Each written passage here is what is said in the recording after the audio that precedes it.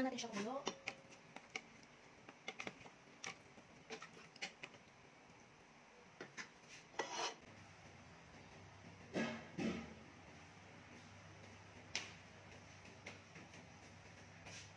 Yan, hindi pala yun ang takip niya. Sorry naman. Yung okra. Aba, marang mura yung okra natin ngayon, no? Kasi ang dami niya at saka malalaki. Medyo murang okra ngayon. Kaya okay na okay sa ating sinigang. At meron din tayong gabi pampalapot. Yan, may gabi tayo pampalapot. May okra. At yung ating kangkong ay dalawang tali ang binili ko. Yan. Para mas marami, mas masarap. At syempre yung ating ating labanos.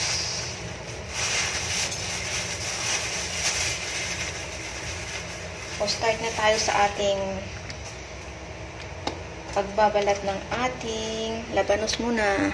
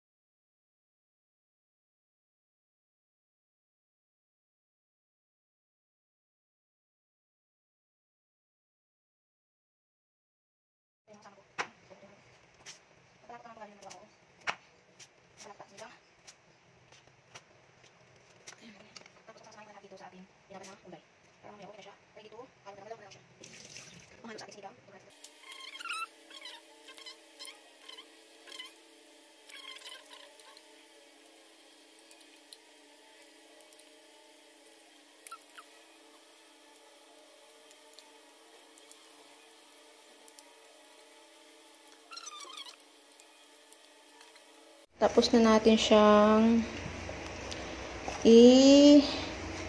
putol-putulin. Kaya ready na natin siya sa ating hugasan para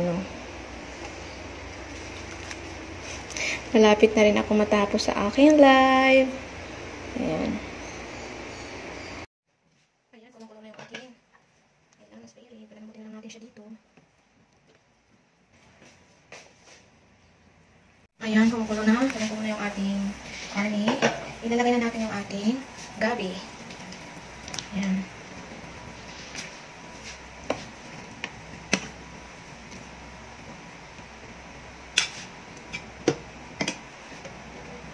Tutak natin ulit upang lumambot yung ating gabi. Ayan. Lagyan ulit natin ng sibuyas pampalasa at saka kamatis. Kasi nadurog na yung unang pinisa ko. Nilagay ko muna yung sibuyas ulit at kamatis. Medyo malambot na yung ating karne. Malambot na siya. Dagdagan natin lagyan na natin yung ating ilagay na natin yung labanos.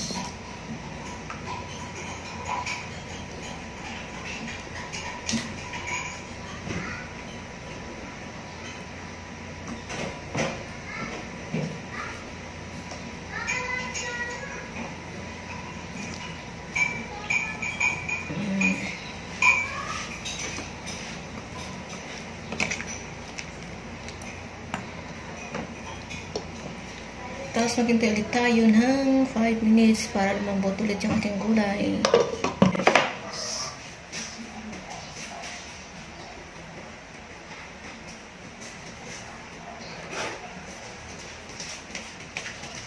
Original nor sinigang ang ating ginamit na powder. Ito natin siya tutunawin. Yan. Tunawin lang natin dito. Para kapit na yung passive sa ating ulan lang. Tapos, syempre, halo na natin siya para mamaya ay okay na yung ating sinigang. Spare rib na sinigang. Ipusan natin to. Yan.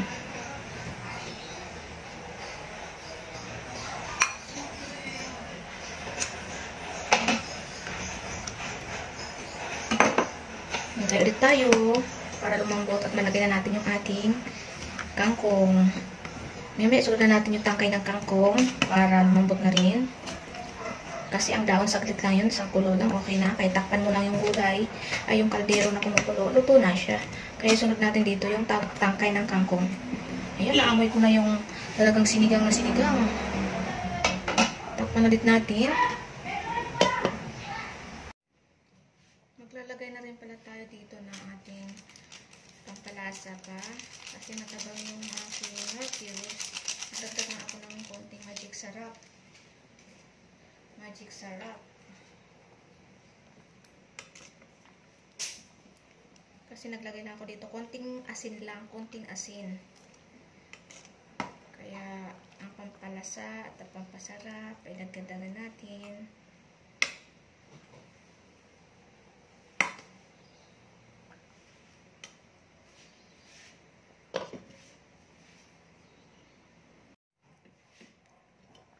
Okay. Okay na. Sundan natin yung tangkay ng kangkong.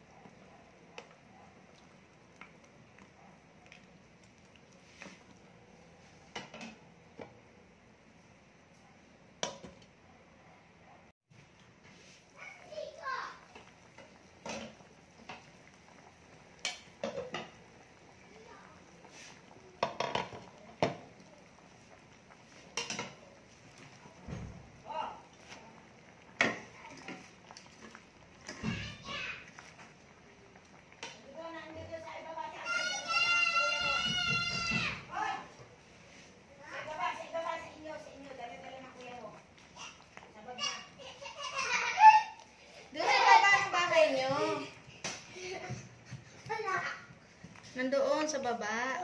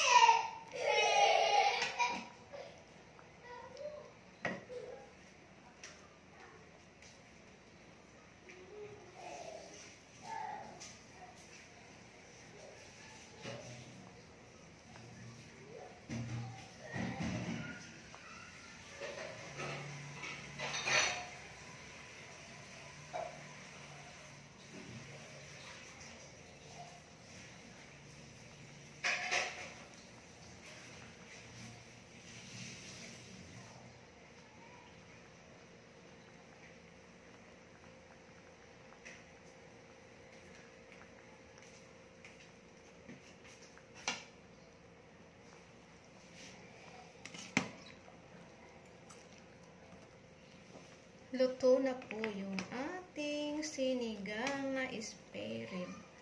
Spare rib sinigang na overload sa kangkong. Yan. Hindi ko siya masyadong dinamihan ng kamatis kasi baka mapanis dahil ang init ng panahon ngayon.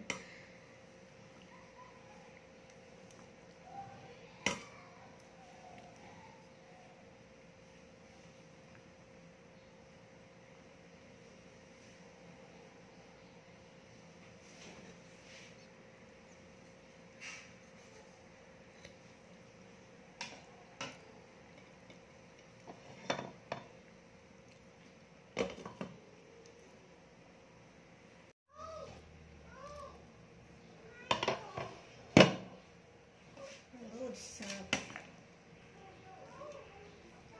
Spare rib talaga. Spare rib na spare rib.